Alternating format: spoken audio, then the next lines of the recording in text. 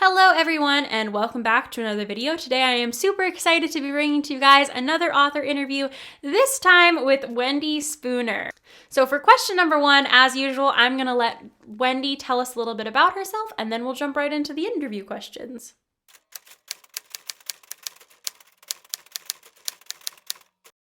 Hi, my name is Wendy Wilson Spooner, and I'm the author of the soon-to-be-released book title, Once Upon an Irish Summer. I'm super excited about this, and I'm also really excited to interview with Jenna because of the exposure she's giving to Christian authors.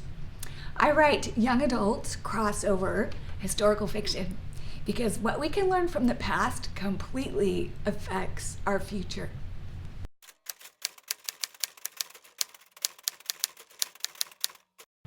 Hi, I can hear the ice cream man outside. Okay, I think he's gone. I write young adult historical crossover fiction, Christian historical fiction, because there's not enough great, clean books out there on the market. And I'm the mother of 5 daughters, and I'm the kind of mom that stood in line with my kids for all the Harry Potter books and all the good books that came out. And then we saw all of the midnight movies too. And yeah, notice there isn't that much on the market that is clean and inspiring and entertaining at the same time. So that's why I'm writing young adult crossover historical fiction. And really what I write is for teenage girls and all adult women.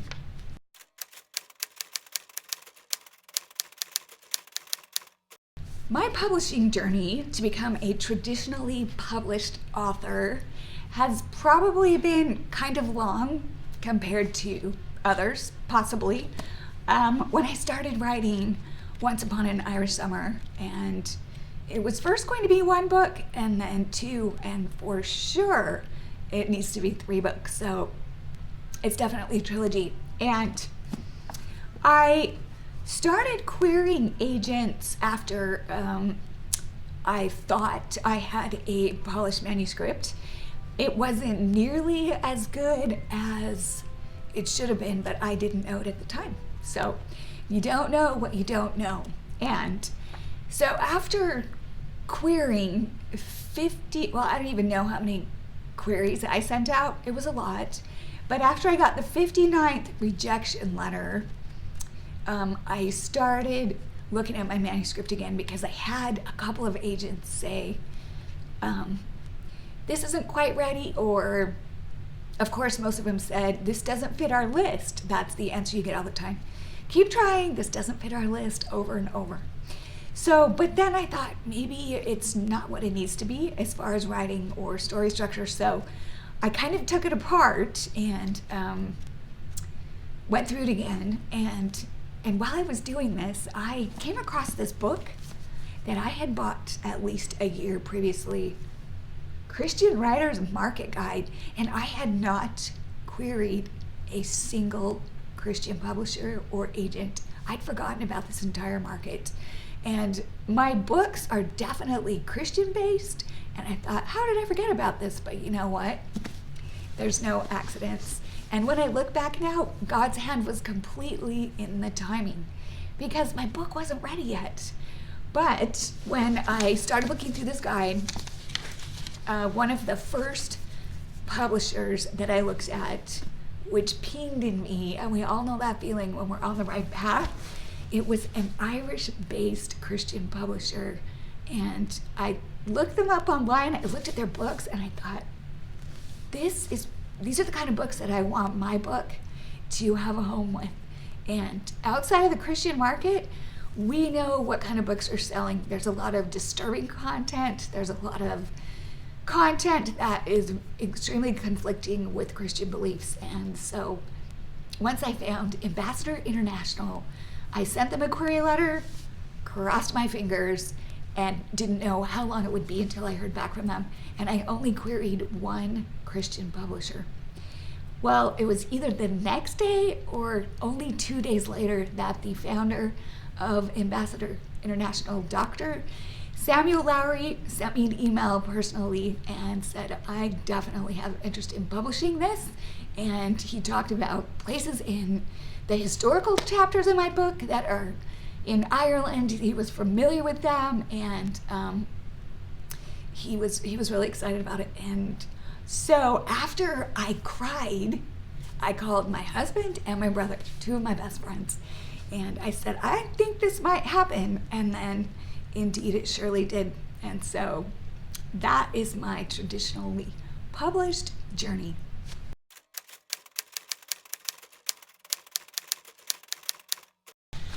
I chose the traditional publishing route because I am so busy with my other job that I didn't feel like I had the time to learn how to indie publish. And I also wanted the exposure of a traditional publisher. And so those were the two reasons that I chose to be traditionally published. And I know there are pros and cons to both. I think they're both good.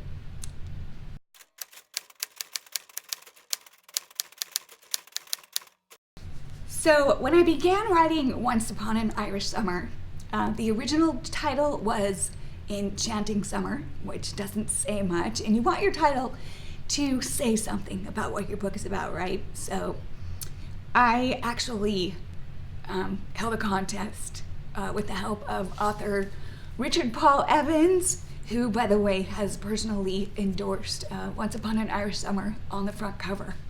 So anyways, when I started writing the book, I started writing it in third person. And because it's dual timeline, I thought that would be the best way to go. But by the end of writing the complete manuscript and reading through it and starting the editing process, I realized that it wasn't personal enough. And so I rewrote the entire book in first person. So both of the timelines, and it's a dual timeline book, one of the timelines takes place in antebellum era America, which would kind of be equally the end of the Regency era in Ireland, in the UK, in Northern Ireland. And so by the time I started writing the book, and by the time a publisher accepted it for publication, it had been 3 years. So that's how long it took. But there was a ton of research involved, so most books probably aren't going to take that long to write, but this one did.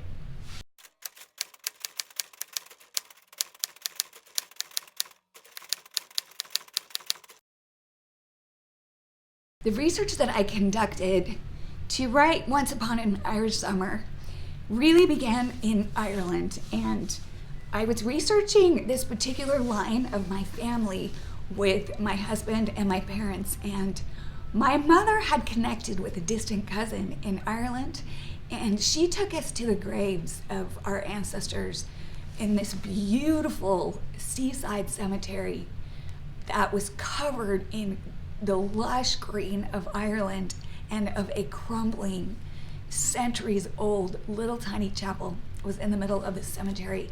And then she took us to the still standing original estate that is connected to this line of my family, and it was vacant at the time, and we were able to look through the whole thing. I'm talking manor house, carriage house, servants' quarters, beautiful gardens that were, of course, not in the best shape because it was vacant. But this is when something struck a chord in me, and I thought, I've got to write this guy's story, this young man's story. And that is where it began. And then I researched here in the United States where this young man ended up, and who he became in the US is fantastic. And the legacy that he left for his family is tremendous. And I am part of that legacy. And that's what it's about, knowing who we are and really coming to understand the people that we come from. So that's my favorite thing to write about. And so that's what this trilogy is about.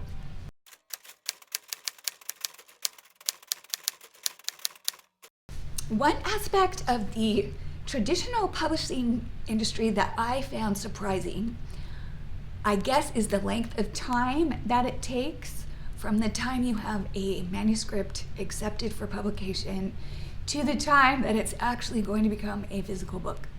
And for me, it is a year. So my manuscript was accepted last spring, and it will be released on April 3rd of 2020 of this year. So it takes a really long time to be traditionally published, but that's okay. There's pros and cons to independently publishing and traditionally publishing. Anyways, that's how long it's taken this particular book.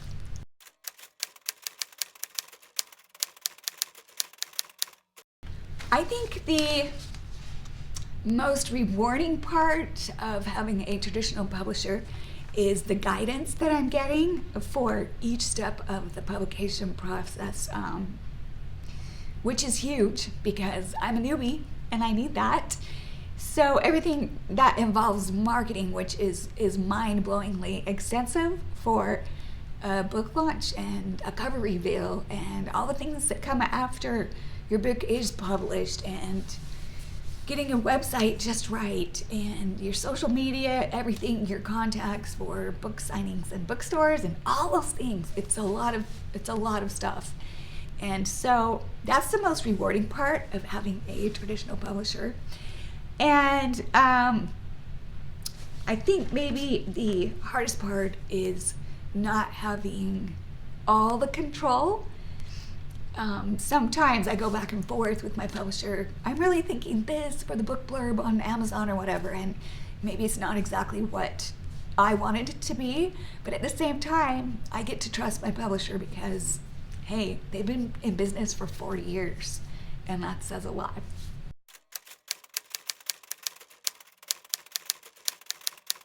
There are two really important items of advice I would give to aspiring writers who want to become traditionally published. The first one is if you don't have a background in fine arts or any kind of writing, the first thing you need to do is take some creative writing classes, get some kind of foundation underneath you, and then join a critique group, because what you're going to learn from the people in your group could be equal to a master's in fine arts, and I'm so serious about that. That is what my critique group did for me, and mine is the West Valley Critique Group here in the Phoenix Valley in Arizona. Fantastic experience. I have such dear friends there, and I've learned a ton from them. And the man that runs this particular critique group, he is a retired English professor, so yeah, pretty cool. The second part of really great advice that I would give to aspiring writers is really hone your self-talk. So whenever you feel like giving up because it's too hard, or it's too frustrating because you've been querying forever and you're not getting any responses or any takers on your book, the kind of words that you want to use with your self-talk, make sure you use all the good words, all the positive words. So, for example, instead of saying, I'm never going to give up, which is okay, instead replace that with, I'm going to stick with this until I'm successful. See how all the I'm sticking with this till I'm successful, those are all positive words. Saying I'm never going to give up, those are negative words. So in your self-talk, learn to speak only positive words to yourself, because it really helps your brain achieve your goals. And if this is a new theory or idea to you, do some research on it, because it can be huge in your success.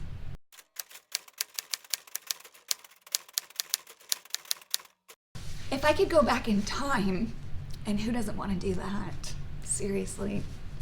And give myself advice for when I first started writing, I would say learn a ton more about writing for today's market before you actually begin writing a novel. Because I was writing academically and professional articles for my field of work and that is really dry material.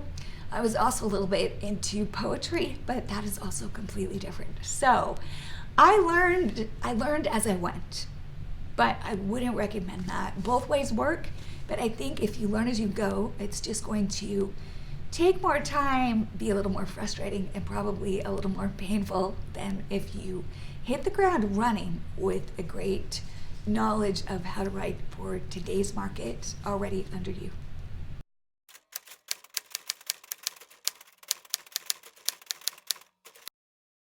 Well, I was making the transition from professional writing and academic writing and a little bit of poetry to novel writing. It was a huge transition because I had to change the audience that I was writing to and the voice that I was using in writing.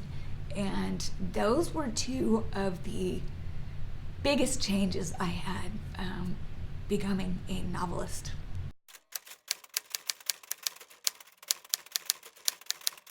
I got the inspiration to write Once Upon an Irish Summer while I was researching my family.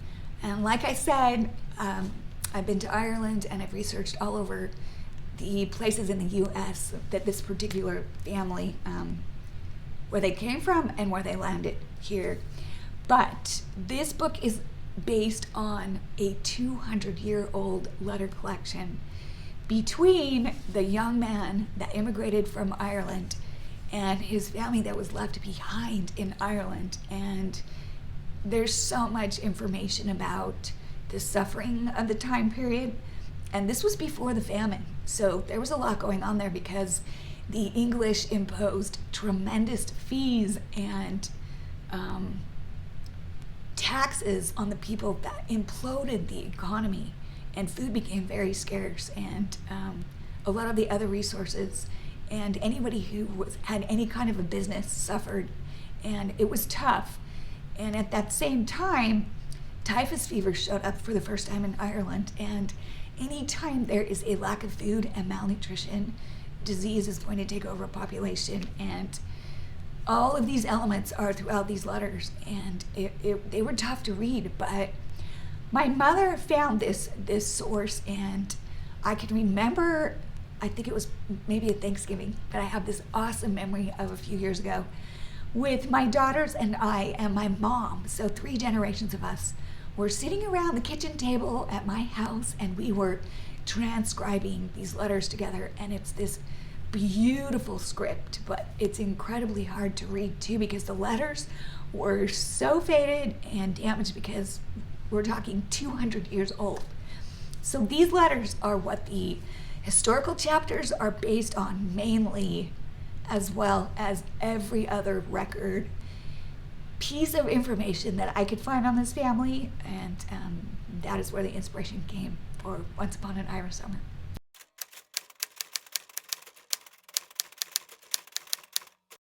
So my actual day job is as a professional genetic genealogist, and I got my graduate degree from the University of London in genealogy and documentary sciences. And my profession has completely played a role in what I write because of the tremendous stories that I unearth during research. And if I come across an old letter, or if I walk into a historical building, or if I am looking at an old photograph, I absolutely have to know who lived in that home, what the story is behind the people in the photograph, or what was going on with the people who wrote a letter. So this is what drives me to research, and then I'm equally as driven to write the stories that I unearth.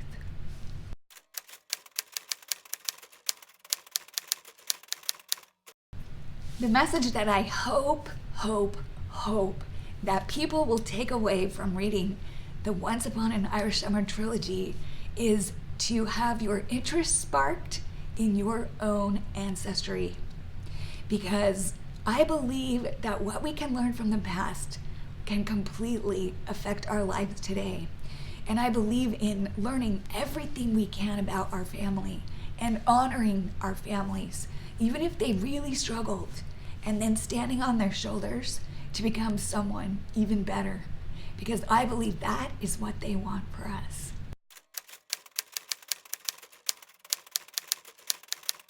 So the project I'm working on now, which is probably no surprise, is the sequel to Once Upon an Irish Summer, the second book in the trilogy.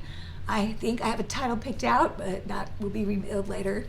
And this book excites me to the core because it's the continuation of the present day character from Once Upon an Irish Summer, who is Beth.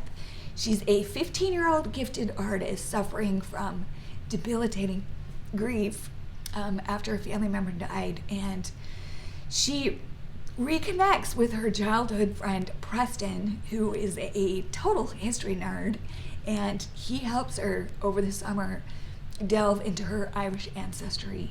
And so it's the continuation of their story, and it is also a continuation of the historical Irish Hamilton family from the first book, except for this time it's the story of the little sister who was so close to her older brother that went to America. It's her story being left behind in Ireland and everything she went through with her family. So it's great. There's really exciting stuff, and there's some really tragic stuff, and of course there's a romance in both timelines, just like in Once Upon an Irish Summer. And in the historical chapters, a lot of the romance elements actually happened, are true. Thank you so much, Wendy, for agreeing to participate in this interview. It means so much to me to have you here. If you guys would like to learn more about Wendy, then don't forget to check out the links in the description box below that will have all of her information. The description box is really a wealth of information, so make sure you go and check that out. And thank you again so much to Wendy for sharing your story here. I hope that it inspires a lot of people and that a lot of people learn more about you and your books. My name is Jenna Van Mourik. I'm an inspired writer and an inspirational fiction reader who reads, writes, and lives for Jesus.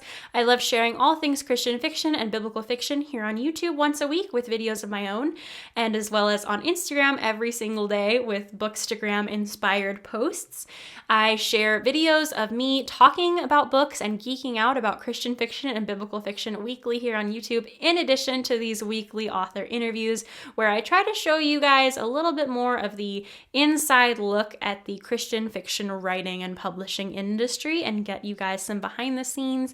And if you're a writer, give you guys some inspiration for your writing and some encouragement for your writing. Once again, you can find all of my links in the description box below. Thank you again so much for watching if you made it all the way through this interview, and I will see you guys in my next video. Thank you so much. Bye!